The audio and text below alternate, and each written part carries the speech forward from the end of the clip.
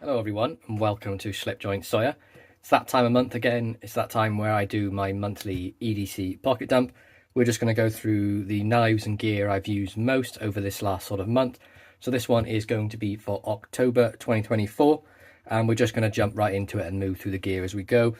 So first thing, my keys, they have not changed in several months. I'm a big fan of everything I have on here and I've not really found any reason to sort of change that. So I've got a Damn Designs little bead thing here from Eric Starr. It's like a little ghost. It does glow in the dark when it charges up. And we have the Victorinox Jet Setter, and I've changed this out to have the orange scales from an SD. And I've also put the black toothpick and tweezers in that as well for a bit of contrast.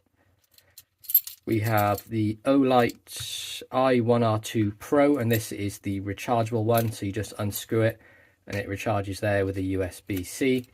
And it has the two modes. You get the sort of the dim light, and then if you turn it all the way around, you get the bright mode as well.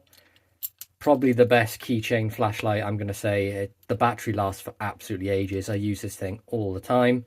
And it doesn't take too long to charge up either, but you can see that's taken a bit of a beating. It's been on my keys for, say, the good part of 6 months to a year now. But mostly it's still in really good shape, apart from that bit here, which rubs on the keys. I've also got my house key and my garage key. And then we have the Rosecraft Blades Awanata. Probably the best keychain knife. Definitely their most underrated design. It is one of the modern ones. RCM009, the OR of course being for orange. And that's in orange G10, D2 steel. Nice half stop. Excellent walk and talk. And a really sort of killer Warncliffe blade on that. Really recommend that if no one's picked it up. Next up, wallet. Not much change for this. This is from the Shire Supply Company. I've had this one for a very long time, pretty much since I started the channel, I think. So that's maybe coming up for a year and a half now. And it's been a fantastic sort of companion for me for a wallet. You can see it's all dinged up, used. You can see the use in the colour change there. You can see the shine to the dullness where obviously it gets carried. It's in the pocket, it rubs around. Bit of patina on there as well, but fantastic. Love the popper design. It's nice and slender as well. Of course, it does only hold cards, but there is a discount for this on my description, Slipjoint Sawyer 15, and you can get yourself 15% off at Shire Supply Company. UK made as well. Fantastic leatherwork. Another slip I've carried is this one, again from Shire Supply, mainly because it's got this pen holder on the side, and I like carrying a pen with me pretty much all the time. This is an Olight O-Pen Mini, and this slip currently is solely used for the Ashley Harrison custom sod buster, or the Brit buster I should say. I don't think you need me to tell you how much I've used this. The blade's filthy. It gets used a good 4 or 5 times a week carry. It's just a superb knife, and that sits very nicely just in there like that, and just with enough to sort of pull it out of the slip at the top. It's my Carter, so I'm not worried about it getting damaged in there. It's all obviously all patinaed up with use, dark, the brass is sort of tarnished, but does that bother me? No, not in the slightest. But that sort of lives like that, and then when I want to carry it, it's good to go. My next two favourite slips I've used, this one was from Eric Starr. He really got me onto these. It's the Beard Owl fabric slip. This is a single knife slip. It holds old-timer 8OT, so sort of a largish Stockman really well. And it's perfect if you want to just carry one knife, and that does get a lot of use. For example, maybe if I carry, I don't know, like a modern lock-in knife, or if I carry like one of the Buck Slim Select with a pocket clip, I'll have a traditional knife in here to go along with that. And recently I picked this one up, and again, as I mentioned, I love carrying a pen. I got this to have a pen slot, and this is the SVJ Workshop on Instagram brass pen, solid brass, and you see it has the 2 slots on there. And the slot on the right perfectly accommodates a knife up to about 4 inches, I think. Definitely fits all the knives I've been sort of carrying in that. And honestly, I love the fabric ones. I think they're perfect for me because I'm always wearing like not cotton shorts, but they're like chino kind of shorts or like jean shorts.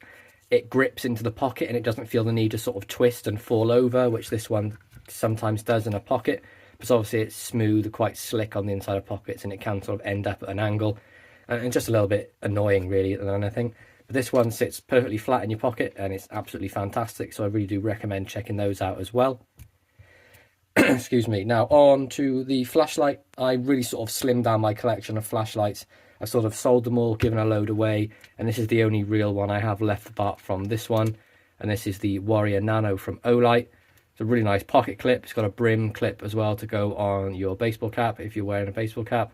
Nice little blue accent on the bevel there. I'm not going to turn this on because knowing my luck it'll come out in a strobe. But you get 4 different light methods, like a moonlit they call it, all the way up to super bright. And then you also get a strobe and an SOS mode as well. 2 button methods to turn on. You've got this one here for like the EDC carry, and then the tactical carry you can just press this on the back.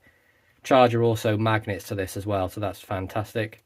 Doesn't take long to charge either. Really good. Really recommend them for that.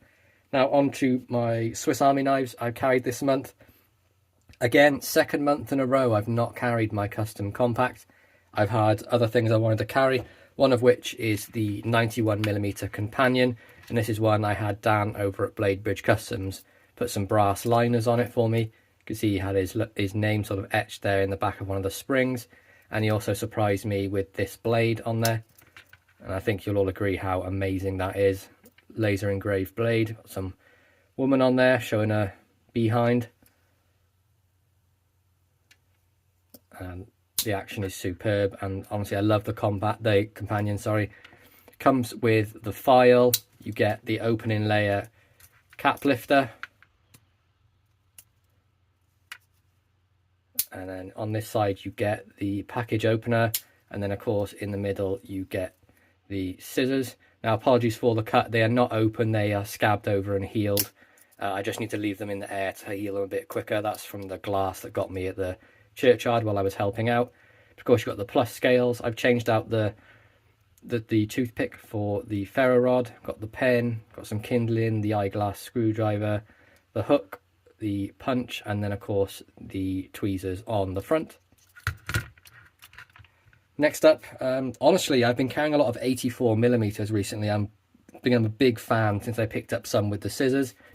This is the 84mm climber, or the climber small. Literally exactly the same as the 91mm climber. The only difference being is because it's before they started doing the parcel hook, so there's no hook on this one, and you get the older style sort of all blade with no hole in it, and the old style corkscrew as well. Now unfortunately they did stop making these in 83, and they released an article recently which I read and did send to John over at Thrifty Kniffy. The reason they stopped making the scissors is because the machine broke and they didn't want to fix it. Now Victorinox, you're probably never going to see my videos, but if you do, please can you fix the machine? I know everybody wants these 84mm scissors back. They are fantastic. 84mm is quickly becoming my favourite size. Just nice and compact. It's a nice sort of slim carry as well. Really sort of fits in the palm. For anyone that wants to know the equivalent, 1, 2, 3, 3.4 inches closed. Main blade, pen blade. What more could you really want? This is, of course, is an old advertising knife, and I did change the scales. This is an old Digitron advertising knife, and you can see the junk on there. This has had a lot of carry. But plus my Carter scales on there for an 84, which is cool. So you get to include the pen on there as well for a little bit of extra functionality. Now the next one was a gift from Blade in Wales, formerly known as Tony's Ponies. So Tony, again, thank you for this. This is the 84mm camper. Pretty rare from what I can tell. It's sort of 57 I think to 62 I think the range for this is, because there's no pins. You can see you've got the main blade on there. It's in really good shape for its age. A little clip point blade on there too.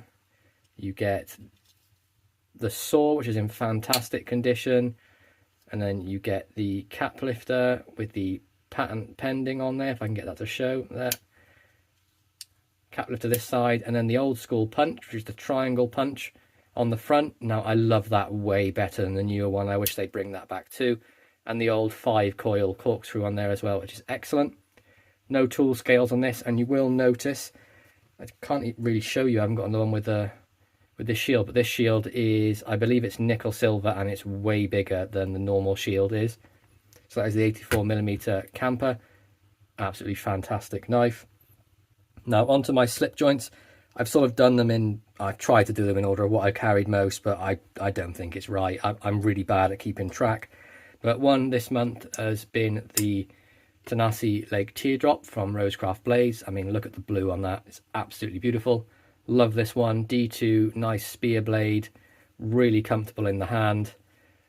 Action is perfect, centering's perfect, nice long pull. Don't really know what's to love about that. Very pocketable size. I think it's right about that. Where are we? 1, 2, 3. Right about the 3-inch size. It's great. I love it. Fits in the hand. Can hide it in your hand easily. So Tenacity Lake Teardrop. And for anyone who's interested, model number for that is RCT017. Next up is actually a GEC. This is one I picked up at the very start of this month. And this is with the Bone Marrow Bone. And I don't know the number yet because I've not had it long enough to remember. But I'm always bad with these GECs. I can never remember the names. So we have the 78. See that there? It is the 781224. And that means it was made in 2024. Number 78 pattern. The main blade is 1, so that is the clip point, and then it has 2 blades, which of course is the pen blade, and we also have the main clip point blade up there, and that's absolutely fantastic. You can see the use this has had. The snap is wonderful. You can see the etch on the blade there, genuine North American cattle bone. Love this thing. It's absolutely superb knife. Sort of fills the hand really well. Probably about 3.5 inch, I want to say, on that close length. Let's have a little look. 1, 2, 3, nearly 4. So like 3 3/4. So in that like proper Goldilocks zone really for a traditional knife, and the action on it is superb. Really snappy. Pull is about a 7. Pretty much ideal really. You can see the fit and finish on that is flawless. That's one I've really loved. I picked that up on Congi's knife sales. I traded a knife and paid a little bit extra to get that one. He's a very reasonable guy, so make sure you check out Congi as well. Here is Congi's card. Mark Congleton, congisknifesales.com. That's from one I bought some stuff from. Make sure you check him out. He's really generous. He will trade knives, he'll let you sort of buy knives. You can send him stuff as a deposit or money off something you want to buy. Just a fantastic place to buy sort of second-hand high-end knives. Well, not even just high-end, he's got everything on there really.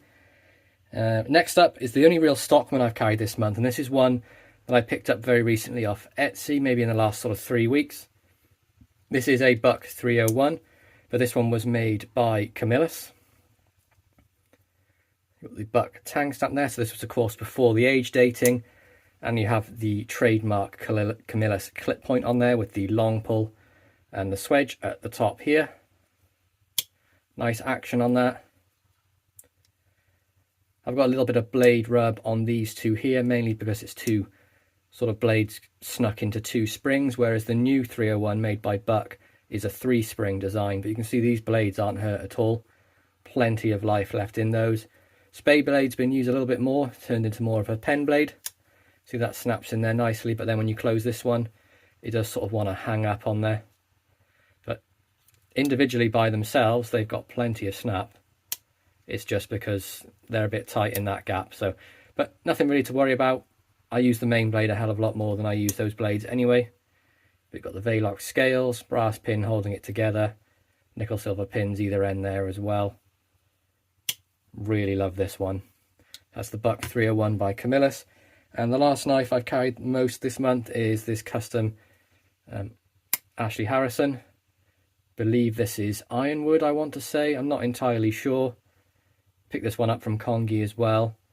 It's got the worked back springs, the sort of the gentleman style spear blade in 01, and that's screaming sharp. Used that quite a bit. A little bit of patina forming on there as well.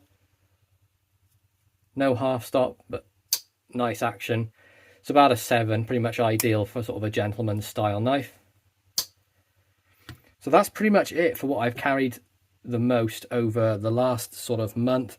I've had a couple of things turn up which have been in my pocket since they arrived, one of which is this. This is a George Wolstenholme electrician's knife, and one of the reasons I picked this up well, mainly because it was George Wilson Home and I'd never seen one before.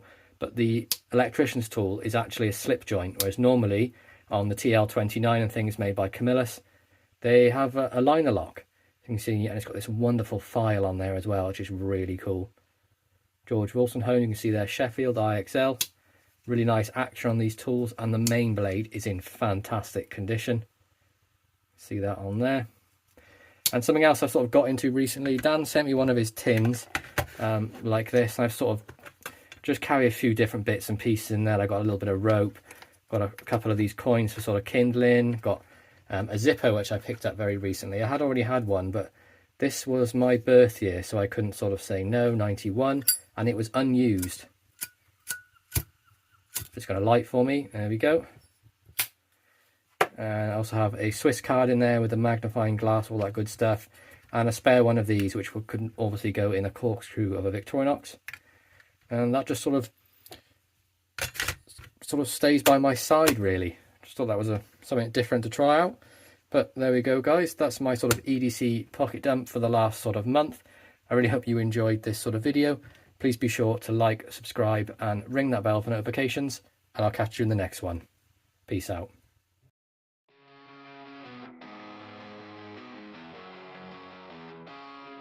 Matt's got a gentleman, sharp as a blade. Slipjoint Sawyer is the name he made. Pocket knives until they flow with flair.